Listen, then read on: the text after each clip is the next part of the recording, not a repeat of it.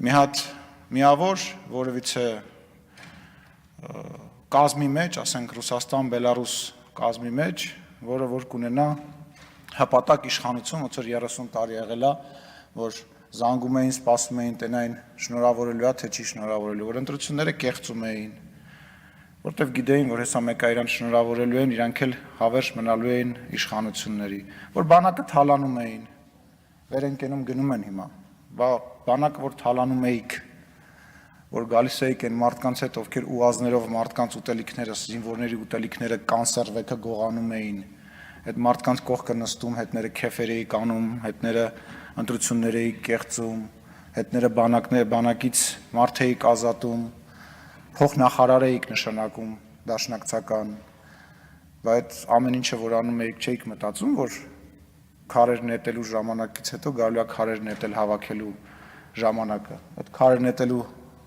քարեր հավաքելու ժամանակն էլ մեր սերունդի վրա անգավ, նենց չի, որ մենք դրա համար երջանիկ ենք, նենց չի, որ մենք դա էինք ուզում, եկա կարեցիք ժողովուրդն էլ դա հասկանում է, երևի չգիտեմ արդեն որորդ անգամ այս ամեն ինչը ասում եմ, մենակ մի բան կարամ ասեմ, չի ստացվելու էդի, չենք թողնելու, ես անձամբ այս մարդիկ ստեղ նստած, մենք չենք թողնելու, որ Հայաստանը իր անկախությունը կորցնի, Հայաստանը ունենալու է իր հստակ սահմանները, Հայաստանը լինելու է հավերժ, Հայաստանի ժողովուրդը ընտրություն է կատարելու, Հայաստանի ժողովուրդն է ընտրելու, թե որ իշխանությունը, դու չէ, Արթուր Խաչատրյան, Վինի Պուխը չէ, Քոչարյան Ռոբերտը չէ, Սերժը չէ, այն մնացածը չէ, Հայաստանի Հանրապետության ժողովուրդն է ընտրություն կատարելու, կընտրի ուրիշ մարդու, կգա ուրիշ մարդ կղեկավարի, հետո չի ուզենա այդ ուրիշ մարդուն կփոխի, այդ մենք ենք բերել, որ դուք այսօր ստեղ եք հայտնվել, արտահերթ ընտրություններից եք խոսում, դուք սնանկ եք, մեր չկատարած բաներից եք խոսում, դուք սնանկ եք, ոչ ասելիք ունեք, ոչ դեմք ունեք, դուք դեմք չունեք, որով կարող եք հանդես գալ, իրար մեջ խոսում եք, ասում եք, դե լավ, դու մի երևա, քեզ չեն սիրում, այս անգամ դու մի արա, արի պարկեշտ մեկին գտնենք, բերենք եւ այդ պարկեշտ մարդու միջոցով հանդես գամ, ընդունում եք, որ դուք պարկեշտ չեք, ընդունում եք, որ դուք չկաք, թե որպես քաղաքական գործիչ, թե որպես ՀՀ քաղաքացի,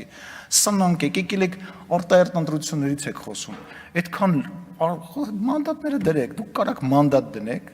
իրար մեջ պաշտոնի համար այնքան կգզրտվեք, աղմուկը միջև եսիմուր կհասնի, մանդատ դրեք, արտահերթ ընտրությունների, կարանք 10 ամիսը մեկ տանենք ձեզ արտահերթ ընտրությունների հաղթենք բերենք, ուղղակի այս ժողովրդից մենք պարտավորություն ենք ստանձնել, խաչ ենք վերսել, տանում ենք, առաքելություն ունենք, չէ մի չէ, դաշնակցականներ, այո որ չեն գալիս դաշնակցականները այդպես բաներ խոսում, որ չեն գալիս, մի հատ ձեր անցած պատմությունը նայեք էլի, մի հատ ձեր արածները նայեք, եկել են Արծվիկ Մինասյանը եկել է ստեղ ասում է, գժվելու բան է, եկել ասում է,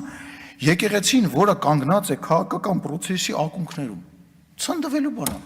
եկեղեցին ո՞նց պետք է կանգնած լինի քաղաքական պրոցեսների ակունքներում, գնացեք կուսակցություն գրանցեք, դոգի կուսակցությունը կա, թող մի հատ ձեր կուսակցությունը լինի, իրար հետ մրցեք հաջորդ ընտրություններին։ Աստված մի արածցե, հանգարց չմտածեք, որ ես որևիցե բան ունեմ մեր հավատքի, մեր առաքելական եկեղեցու դեմ, ոչ, ես հայ առաքելական եկեղեցու հետևորդ եմ, եւ հայ առաքելական եկեղեցին լի է պարկեշտ մարդկանցով, աստծոհավատ մարդկանցով, բայց այն ինչ որ դուք անում եք, գնում եք մտնում ես եկեղեցի, մի վեդրո ջուր են լցնում, մոմի տակ, որ հանգարցակի այդ մոմի ես քանը մնա, որ հալածնեն նորից մոմ սարքեն, վաճառեն, տնտեսական հիմնար կա դարել, տնտեսական հիմնար կա, մեծ գեր շահույթ հետապնդող բան, գիտեք մոմի շահույթը ինչքան է, ասենք 100-ապատիկ շահույթով, եկել են մենք հիմա լավ էլի, մարդկանց ժողովրդին գժի տեղ մի դրեք, էշի տեղ մի դրեք, էլի, մարդիկ այնքան խելացի, ամեն ինչից տեղյակ են, հույզերի վրա էլ խաղացիք, եռաբլուրի հույզի վրա էլ խաղացիք, այնց հույզ չկա, ատելության Գեգամ ջան, Նազարյան ջան, ես մեծագույն հարգանք ունեմ քո առաջ, անկեղծ, որպես մարդ քեզ շատ եմ հարգում, բայց որ ասում ես ատելության խոսքի մասին, դուք ձեր կողքինների ասածները տեսել եք, Գեգամ Մանուկյան վերջի հայոյանքներն է գրում, Իշխանը Սաղաթելյան վերջի հայոյանքներն է հարցազրույցի ժամանակ տալիս, Քոչարյան Լևոնի օգնականը լրագրող ածեցում, գիտես ես չեմ ուզում լրագրող ծեծեմ, ես դրա իրավունքը չունեմ, ես դրա մասին մտածելու իրավունք չունեմ նույնիսկ, չի կարելի տենց բան անել, դա արգելված է, Դա արգելված է, դա մշակույթ է, դա բարքեր է, որոնք անցյալում են, չի կարելի մարդ ծեծել, չի կարելի մարդկանց գործից ազատել իրանց բաների պատճառով։ Գնա մի հատ իրանց ասա այդ ամեն ինչը։ Իրանք այդ բարքերով եղել են, այդ բարքերով մնացել են։ Կամ Արծվիկ Մինասյան ասում է, շուրջանք ասում են, իրանք այդ մարդկանց այդ բանին հավատում են։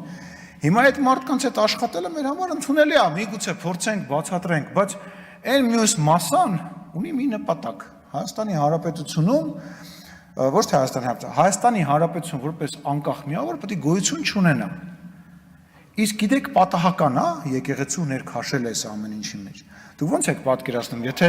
Հայաստանի Հանրապետությունը ուժեղ կայացած անկախ պետություն է, ինչ է լինում, օրինակ, այն համայնքների հետ, որոնք եկեղեցին արտերկրում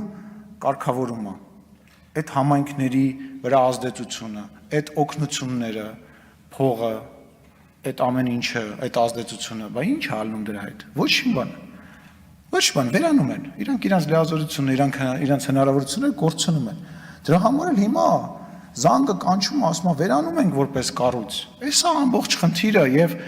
իրական նպատակը այն յուրաքանչյուր դեպքում, երբ որ Հայաստանի Հանրապետությունը ոտի է կանգնում եւ պետություն որպես այդպեսին պետք է հստակ ձևակերպվի, վերցնել եւ տալ, հանձնել օրինակ Ռուսաստանի Դաշնությանը։ Սա է մարդկանց նպատակը, դա է, ինչի ենք դրել բանանում։ Գալիս է Գառնիկ Դանելյանը, որի անկեղծությանը ես իդեպ հավատում եմ, գալիս ասում է դպրոց տվին, եկեղեցին տվին, 50 տունը տվեցին, էսի տվեցին, էնի տվեցին, որ ձեռը բռնես գնաց ասես եղբայր հենց ցույց տուր, այդ ոնց, այսինքն ինչ որ կատարվում է ու եթերով տեղի է ունենում։ Տիկին Վարդանյանը ճիշտ եմ ասում, չէ՞, Տիկին Վարդանյանը նոր ելույթ էր ունում, ասում է, այս հետևը նստած աթոռը զբաղեցնող անձը թիկնապահներով է, լուրջ ես ասում։ Կա երկրում որևիցե երկրի ազգային ժողովի նախագահ կա, որը որ պետական պաշտպանության ենթակա չի, հա, լուրջ։ Կամ թե ձեզ թվում է դա իմ ընտրությունն է։ Ես Երևանցի տղա եմ, ես միշտ Երևանի կենտրոնով քայլել եմ ու միշտ էլ քայլելու եմ, բայց դուք իմ գործընկերոջ, իմ ընկերոջ նկատմամբ ականատես եղաք, որ մարդ սպանում էին, այնքան հարձակվեցին վրան, այնքան հարվածեցին, մինչև մտածեցին մահացածա նոր այդ մարդուն հանգիստ թողեցին, մտան այս սենյակ, այսինքն ձեր նպատակը որն է, որ պետական բարձրաստիճան պաշտոնյաները չունենան, սկսենք Ռոբերտ Քոչարյանից իրանից վերցնենք որպես նախկին երկրի ղեկավար այն պաշտպանությունը, որը ինքը օրենքով ունի, ինչի է թիկնապահով ման գալիս, եթե իհարկե Երևանով կարողանում է ման գալ, կամ իր որդին ինչի է իր շուրջը թիկնապահներին ման տալիս կամ որպես օգնական գրանցում։ Ես այդ իմ ընտրությունը չի, նենց չի, որ իմ ուշքը գնում է, որ կողքս միշտ 3 հոգի, ես ինչ հեռախոսով խոսում եմ կամ ուրեթվում եմ, այդ 3 հոգին հետս գալիս են, դա ընտրության հարց չի։ Ասենք ես դրա կարիքը չունեմ, բայց ասենք ոչ իմ երեխաները, ոչ իմ կինը, ոչ վարչապետի երեխաները ազատ շրջում են։